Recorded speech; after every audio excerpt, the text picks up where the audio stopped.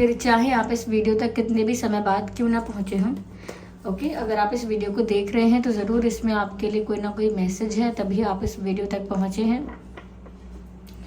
Okay viewers, तो ज़्यादा समय व्यर्थ नहीं करते, आइए देखते हैं कि अगले 7 दिनों में आपकी सिचुएशन कैसी रहेगी, क्या क्या आपके साथ हो सकता है।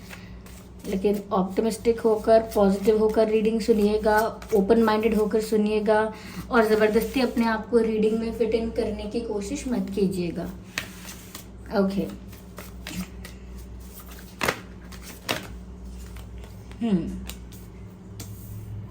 Okay,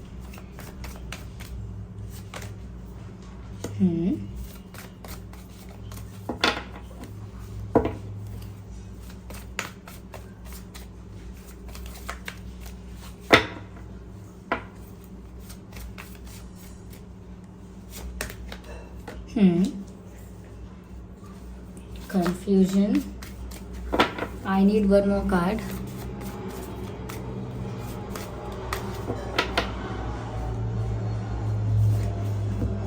Impatience. Interesting. तो आगे आने वाला समय कैसा होगा आपके लिए? देखिए, सबसे पहली चीज मुझे ऐसा लगता है कि आगे आने वाले 7 दिनों में आप किसी चीज को लेकर, किसी विषय को लेकर, किसी बात को लेकर काफी कंफ्यूज हो सकते हैं। आपकी लाइफ में ऐसा हो सकता है कि 2 रास्ते आपको नजर आए, 2 ऑप्शंस आपको नजर आए, और आप कंफ्यूज हो सकते हैं कि आपको कौन सा ऑप्शन चूज करना है, किस रास्ते पर जाना है। थोड़ा मुझे ऐसा लग रहा है कि ऐसा भी हो सकता है, करियर रिलेटेड कोई ऐसा हो सकता है कि मैं इसी ट्रैक को, इसी फील्ड को चूज करूं जिसमें मैं हूं, इसी में रहूं, या मुझे चेंज करना चाहिए, अपना ड्रीम पैशन फॉलो करूं, या फिर जो मेरी लाइफ में अभी चल रहा है सिर्फ उसी को कंटिन्यू करूं। ये लव लाइफ के लिए भी हो सकता है कि मैं अभी इंतज़ार करूं एक राइट पार्टनर का, एक राइट पर्सन का, या फिर डायरेक्ट हाँ बोल दूं, एक्सेप्ट कर लूं जो भी मेरे पास प्रपोजल आ रहा है, या फिर मैं मूव ऑन करूं या वेट करूं। ऐसे ही कई सारे सिचुएशंस जहां पर 2 ऑप्शंस बन जाते हैं, 2 सिचुएशंस क्रिएट हो जाती हैं। तो मुझे ऐसा लगता है ऐसी कोई परिस्थिति आने वाली है, अगले 7 दिनों में स्पेशली आ सकती है, but if not exactly 7 days, तो आने वाले कुछ समय में तो ऐसा हो ही सकता है।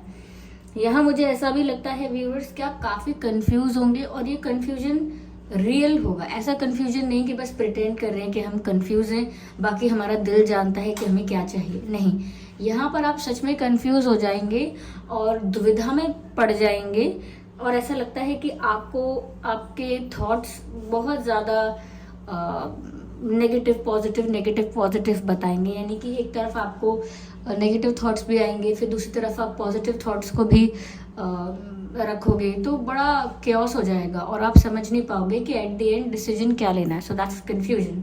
ये कंफ्यूजन किसी भी क्षेत्र में हो सकता है आने वाले 7 दिनों में स्पेशली। मुझे यहाँ पर ऐसा लगता है लव लाइफ को लेकर या फिर करियर रिलेटेड किसी डिसीजन को लेकर। It's more about a decision, किसी इंपॉर्टेंट डिसीजन, किसी मेजर डिसीजन को लेकर आप कंफ्यूज होने वाले हैं, और आप जानते हैं कि वो डिसीजन आपकी लाइफ को बहुत इम्पैक्ट करेगा, इफेक्ट करेगा। इसीलिए आप वो डिसीजन लेने में थोड़ा डर भी रहे हैं। शायद वो मूव ऑन करने का डिसीजन है या कोई नई फील्ड चुनने का, समथिंग लाइक दैट। ओके, या मुझे ऐसा भी लगता है व्यूअर्स दैट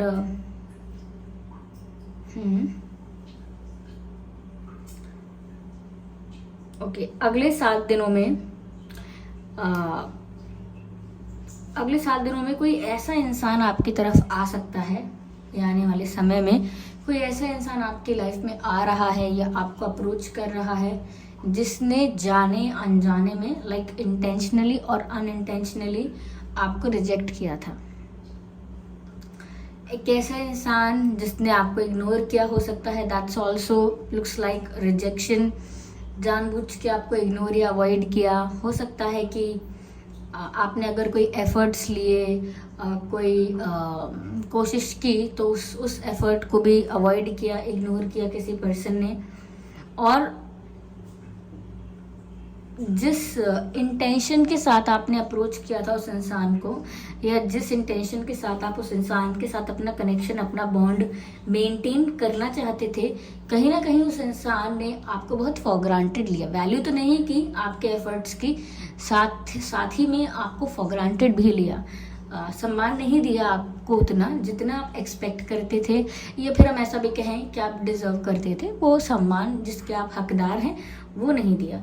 तो कहीं ना कहीं किसी ने आपको रिजेक्टेड फील करवाया। That feel of rejection, that feeling of disrespect, कहीं ना कहीं वो जब आप अभी भी वो चीज़ महसूस करते हैं तो आपको बुरा लगता है। चाहे उस बात को 1 हफ्ता, 2 हफ्ता, 1 महीना, 1 साल, कितना भी समय बीत गया हो, दिस पेन और this hurt is very fresh in you. Like ऐसा लगता है ये दुख अभी बहुत फ्रेश है आपके अंदर, ये दुख, ये दर्द अभी ताज़ा है आपके भीतर। और जिसने भी आपको ऐसा फील करवाया है, अब वो इंसान आपकी लाइफ में लौट कर आ सकता है। यहाँ पर बहुत ज़्यादा क्लैरिटी नहीं है कि किस इंटेंशन से आ रहा है, क्या ऑफर करेगा, क्या पर्पस है, या क्या करेंगी। बट ऐसा लगता है कि ये इंसान अब बहुत गिल्टी फील करता है। अगर इस इंसान ने आपको डिसरिस्पेक्ट किया, आपको अवॉइड किया, आपको हर्ट किया, आपको कैसे भी ट्रीट किया, जैसे तैसे ट्रीट किया, तो ये इंसान काफ़ी गिल्टी है अब आपके साथ बुरा व्यवहार करने के लिए, या आपको डिसरिस्पेक्ट। देखिए, डिसरिस्पेक्ट ऐसा ही नहीं होता हमेशा कि हम किसी को जाके 4 बातें सुना दें। डिसरिस्पेक्ट ऐसा भी होता है कि हम किसी को कैसा फील करवा रहे हैं अपने बिहेवियर से। ओके, समवेयर कभी कभी डिसरिस्पेक्ट ये भी होता है कि आप किसी से बात करो और वो आपकी तरफ देखे ही ना, और दूर कहीं और देखकर आपको आंसर कर दे, अच्छा ठीक है, ओके। तो वो भी लगता है किसी किसी को कि ऐसे इतना डिसरिस्पेक्टफुल, या कुछ और ऐसा, मतलब छोटी छोटी चीज़ें जो इंसान अपने ही व्यवहार से दूसरे को महसूस करवा देता है। तो यहाँ पर अब जिसने भी ऐसा किया है आपके संग, ये मेल है, फीमेल है, कोई भी है, they are feeling very guilty. उनको बहुत बुरा लग रहा है, अपने किए के लिए काफ़ी एम्बैरेस्ड हैं, शर्मिंदा हैं, और ऐसा लगता है रियलाइजेशन भी है। Because whenever you feel guilty about something, you know that's a big realisation. तभी आपको समझ आ रहा होता है कि आपने क्या खोया है, क्या पाया है, किसकी वैल्यू की है, किसको डिसरिस्पेक्ट किया है। So now they know. और अब उनको समझ में आया है कि उनसे गलती हुई है, उन्होंने आपको डिसरिस्पेक्ट किया या फिर हर्ट किया है किसी भी लेवल पर, किसी भी लेवल पर, एक कितना भी ज़्यादा, कितना भी कम, लेकिन किया है मतलब। और ये इंसान गिल्टी है, इस वजह से आपके पास आना चाहता है। अभी तो ऐसा ही दिख रहा है, अगले 7 दिनों में भी इस इंसान की तरफ से कोई कॉल या मैसेज आ सकता है, या इंसान कहीं दिख जाएगा, या इस इंसान के बारे में कोई आपसे बात करने लगेगा, तो ये उस वे में भी आपकी लाइफ में दोबारा एंटर कर रहा है। लेकिन इनकी बातें, इनके बारे में कॉन्वर्जेशन, इनकी लाइफ में क्या हुआ है, उस इंसान की लाइफ में क्या हुआ है, ये आपको किसी और के थ्रू पता लगेगा, किसी और के थ्रू आपको कुछ इन्फॉर्मेशन मिल सकती है। तो ये भी एक तरीका है कि ये इंसान आपकी लाइफ में लौट कर आ रहा है और इसकी बातें होना शुरू हो गई हैं। इस इंसान के बारे में बातें होना ऑलरेडी स्टार्ट हो गई हैं, and this person is coming back in your life because वो गिल्टी फील कर रहे हैं। ओके, लेकिन सिर्फ अपोलोजाइज करना है, या आपसे इस बार अच्छी फ्रेंडशिप करनी है, या इंटेंशन सीरियस है उनका, अभी ये चीज़ क्लियर नहीं है। अभी बहुत ज़्यादा क्विक हो जाएगा, बहुत ज़्यादा फास्ट हो जाएगा इतना जल्दी कुछ कंक्लूड करना, because there is no conclusion right now. Yes, मुझे यहाँ पर ऐसा भी नज़र आ रहा है व्यूअर्स के आने वाले 7 दिनों में हो सकता है कि किसी चीज़ को लेकर आप इंतज़ार ना कर पाओ और थोड़े इम्पेशेंट हो जाओ, जिसके लिए मैसेज है कि आपको पेशेंस तो मेंटेन करके रखना ही है। अगर आपने कहीं अपना 100% एफर्ट दिया है, अपनी एनर्जी इन्वेस्ट किया है, कहीं अपना टाइम इन्वेस्ट किया है, फिर वो चाहे आपकी हेल्थ है, चाहे आपका करियर है, या चाहे आपका रिलेशनशिप है, आपकी लव लाइफ है, वट एवर इट इज़, जहाँ पर भी, चाहे आपकी फैमिली क्यों ना है, चाहे आपका गार्डन क्यों ना हो, जहाँ पर भी आपने अपनी एनर्जी, अपना टाइम इन्वेस्ट किया है, लेकिन आपको वहाँ से कोई रिटर्न नहीं मिल रहा है, कुछ भी आपको रिस्पॉन्स अच्छा नहीं मिल रहा है, या आपको लग रहा है जो मैंने एक्सपेक्ट किया था वैसा नहीं हो रहा है, जबकि मैंने तो बहुत सारा टाइम इन्वेस्ट किया, मैंने बहुत मेहनत की है। तो वो अक्सर लोग करियर एग्जाम और ऐसी चीज़ों के लिए और प्यार के लिए ऐसा करते हैं। तो अगर आपको रिजल्ट नहीं दिख रहा है या अच्छा आउटकम नहीं दिख रहा है तो आप ना थोड़े इम्पेशेंट हो सकते हो कि ये हो नहीं रहा। जैसे कोई एग्ज़ाम है और उसके लिए बार बार पढ़ाई करते हैं लेकिन वो क्लियर नहीं होता है या पोस्टपोन होता रहता है या कुछ होता रहता है बार बार, तो फिर थोड़ा सा इंसान इम्पेशेंट हो जाता है, उसको सब्र नहीं होता क्या करें क्या ना करें। तो उस वक्त डिस्ट्रैक्ट हो जाता है कि ठीक है मैं पढ़ाई छोड़ देता हूँ, कुछ नहीं होने वाला, पढ़ाई छोड़ देते हैं। या कुछ और किसी के लिए एफर्ट्स लेता है, किसी को समझाता है, मनाता है, अच्छे से उस इंसान को उस इंसान का ट्रस्ट जीत लेता है, लेकिन उससे इंतज़ार नहीं होता तो वो क्या करता है कि ठीक है आप नहीं मान रहे ना, बहुत हो गया, जबकि सब कुछ ठीक होने वाला था लेकिन अचानक से वो फ्लिप कर देता है इंसान। तो यहाँ पर मुझे ऐसा लग रहा है कि आप जो अचीव करना चाहते हो, कैसा भी गोल है, कोई रिलेशनशिप गोल है या कोई करियर रिलेटेड गोल है, जो भी गोल है आपकी लाइफ का, वो जो आप अचीव करना चाहते हो वो अचीव करने वाले हो। You are very close to achieving your goal. आप अपने गोल को अचीव करने के बहुत करीब हो, बहुत समीप हो, लेकिन डिस्ट्रैक्ट होने के चांसेस यहाँ पर बहुत हैं। डिस्ट्रैक्ट होने के चांसेस यहाँ पर बहुत हैं। तो यहाँ पर किसी भी चीज़ को लेके जल्दी नहीं करनी है आपको। थोड़ा जल्दी में आ सकते हो आप, रश में कोई डिसीजन लेने के बारे में सोचो। वैसे तो कंफ्यूज नज़र आ रहे हो, लेकिन कि मैं बहुत कंफ्यूज बहुत कंफ्यूज हुआ, अब चलो जो होता है फटाफट से जो जल्दी जल्दी जो हो सके करते हैं, या जल्दी में किसी को हाँ करना, जल्दी में किसी को ना करना, जल्दी में कोई प्लान करना, जल्दी में किसी को कोई बात बोल देना, ध्यान ना देना क्या बोल दिया है, जल्दी जल्दी में प्रॉमिस कर देना। जब लोग खुश होते हैं तो एक्साइटमेंट में बहुत जल्दी से किसी को प्रॉमिस कर देते हैं बिना सोचे समझे। तो कुछ भी ऐसा करना जो थोड़ा फास्ट है, थोड़ा क्विक है, सडन है, अचानक से करना, या फिर अधीर होकर इम्पेशेंट होकर करना कि मुझसे नहीं होता इंतज़ार, मुझसे नहीं होता इंतज़ार। जैसे किसी ने फास्ट रखा है और उसका फास्ट अभी पूरा नहीं हुआ, कंप्लीट नहीं हुआ, समय से पहले वो बोले मुझसे नहीं होती भूख बर्दाश्त, मैं तो खाना खा रहा हूँ या पकवान खा रहा हूँ अच्छे अच्छे।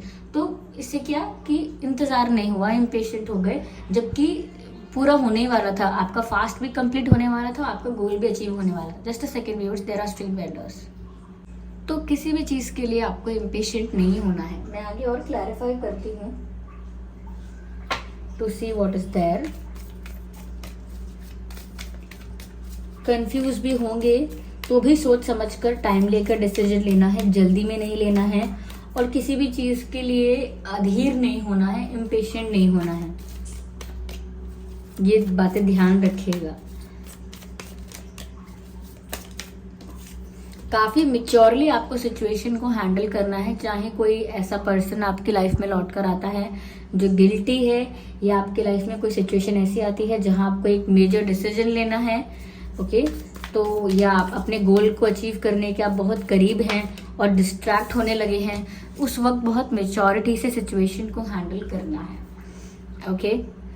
आइसोलेशन, मुझे ऐसा लगता है व्यूअर्स कि कहीं ना कहीं ऐसा दिखता है दैट ये जो इंसान है जो आपकी लाइफ में लौट कर आ रहा है, ये अंदर से काफ़ी दुखी है, ये अंदर से गिल्टी कहूँ या ये कहूँ रिग्रेट में है। कुछ ऐसा लगता है जैसे इस इंसान ने कुछ खो दिया है और अब उसके लिए वो दुख भी प्रकट नहीं कर सकता, दुखी भी उसे अंदर ही अंदर होना पड़ेगा। जैसे मुझसे किसी ने पूछा कि आप ये खाएंगे, और मैंने बोला नहीं मुझे नहीं खाना। किसी ने मुझसे 2 बार और पूछा तो भी मैंने बोला नहीं मुझे नहीं खाना ना, समझ नहीं आया आपको, मुझे नहीं खाना। लेकिन जब बाद में वो चीज़ किसी ने ख़त्म कर दी, ये किसी और को दे दी, तो फिर मैंने बोला, मन में सोचा फिर मैंने कि मुझे खाना था, अब मेरी इच्छा है खाने की, लेकिन अब वो चीज़ मेरे को नहीं है, मेरे पास नहीं है, किसी को दे दी गई है, तो सिर्फ मैं मन में ही सोच सकती हूँ कि काश मुझे मिल जाती या काश मैंने मना ना किया होता, और थोड़ा सैड फील कर सकती हूँ कि मेरा मन था, मेरा मन पूरा नहीं हो पाया, मेरी इच्छा पूरी नहीं हुई। तो ऐसा फिर मन में ही कर सकते हैं आप, दुख प्रकट नहीं कर सकते। अगर आप बोलोगे क्यों आपने उन्हें क्यों दे दिया, तो हर कोई आपसे बोलेगा कि आप तो मना कर रहे थे, आप तो रिजेक्ट कर चुके थे ना। तो यहाँ पर ऐसा लगता है कि अंदर से वो ज़्यादा दुखी हैं। लेकिन बाहर से ऐसा लगता है जैसे एक रॉक की तरह, एक स्टोन की तरह स्ट्रॉन्ग और बिल्कुल स्टिफ हैं, कोल्ड हैं, रूड हैं, लेकिन ऐसा है नहीं. They are not like that at all. Healing of the heart chakra. ऐसा लगता है व्यूअर्स समवेयर आपको जो भी रिजेक्शन आपने फेस किया था, जो भी पेन, जो भी हर्ट या जो भी डिसरिस्पेक्ट आपने फेस किया था, उस वजह से मुझे लगता है कि आपका जो हार्ट चक्र है वो बहुत ऐसा लगता है जैसे ब्लॉक्ड है. ओके, आप अब ऐसे हो गए हो कि अब आपके लिए सभी लोगों का प्यार आपको लगता है ये ढोंग है, ड्रामा है.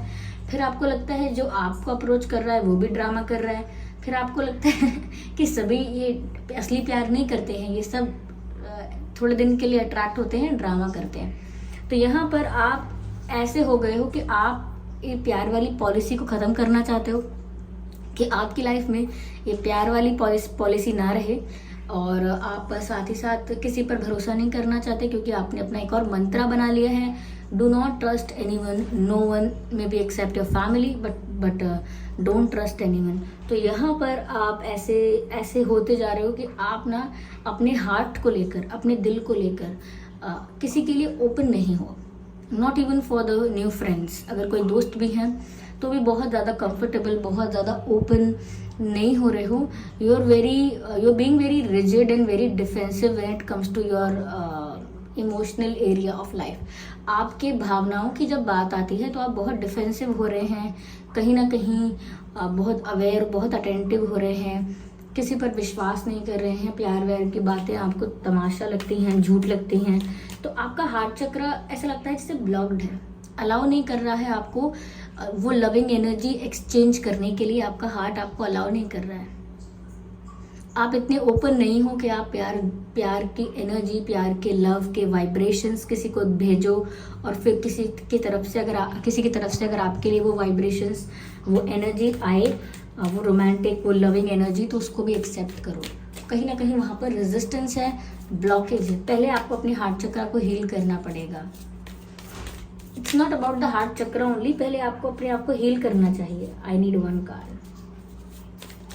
खुद को हील कीजिए, अपने हार्ट को हील कीजिए, क्योंकि जब तक आप इस हर्ट से, इस डिसरिस्पेक्ट के पेन से, ट्रॉमा हो सकता है कुछ लोगों के लिए, डिसरिस्पेक्ट एक काफ़ी बड़ा ट्रॉमा रहता है.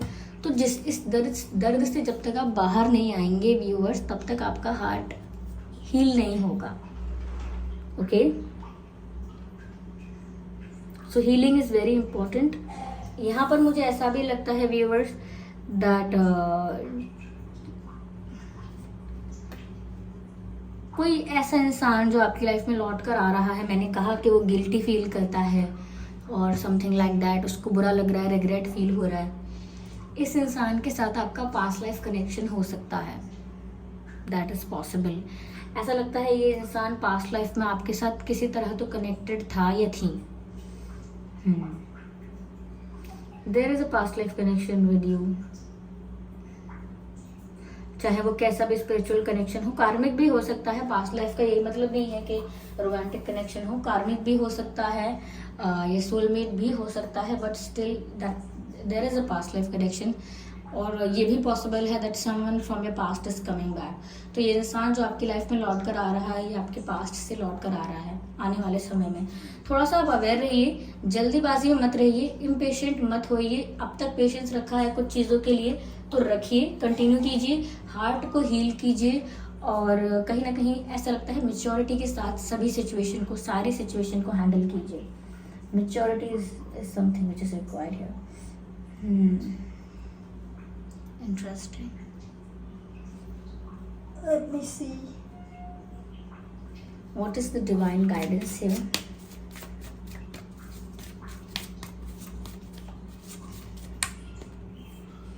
आपको थोड़ा पॉजिटिव रहना है, पॉजिटिव सोचना भी है.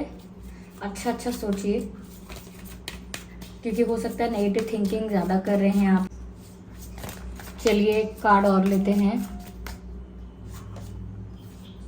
अपॉर्चुनिटी. यस, आपकी लाइफ में अपॉर्चुनिटी ज़रूर आ रही है, जहाँ पर आपको एक अपॉर्चुनिटी को चूज़ करना है, ये एक ऑप्शन को चूज़ करना है, एक डायरेक्शन को चूज़ करना है.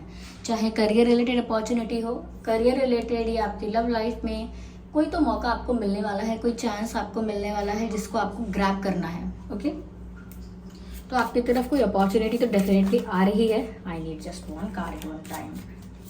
Okay, okay, so it's up to you. आपकी तरफ तो अपॉर्चुनिटी आ रही है, but at the end it's up to you. ये आप पर निर्भर करता है कि आप क्या करेंगे. उस अपॉर्चुनिटी को ग्रैब करेंगे, एक राइट डिसीजन लेंगे, या फिर उस अपॉर्चुनिटी को जाने देंगे. क्योंकि चांस तो आपको एक मिलेगा कुछ अच्छा करने का या कोई अच्छा कुछ आपके साथ होने का, लेकिन आपको देखना है कि आप कैसे उस अपॉर्चुनिटी के साथ डील करते हैं. At the end it's up to you, आप पर ही निर्भर करेगा. So this was the reading. I hope ये रीडिंग आपके लिए हेल्पफुल और रिलेटेबल रही है. अगर इस रीडिंग ने आपको थोड़ा भी गाइड किया है, हेल्प किया है, तो वीडियो को लाइक करें, कमेंट करके ज़रूर बताएं कितने % आपके सिचुएशन से रेजोनेट करती है. सब्सक्राइब करें ड्रीम टैरो चैनल को और बन जाएं ड्रीम टैरो फैमिली का हिस्सा. चलिए फिर मिलते हैं अगली रीडिंग में. तब तक के लिए bye bye family, bye bye angels, love you all, bye bye, take care.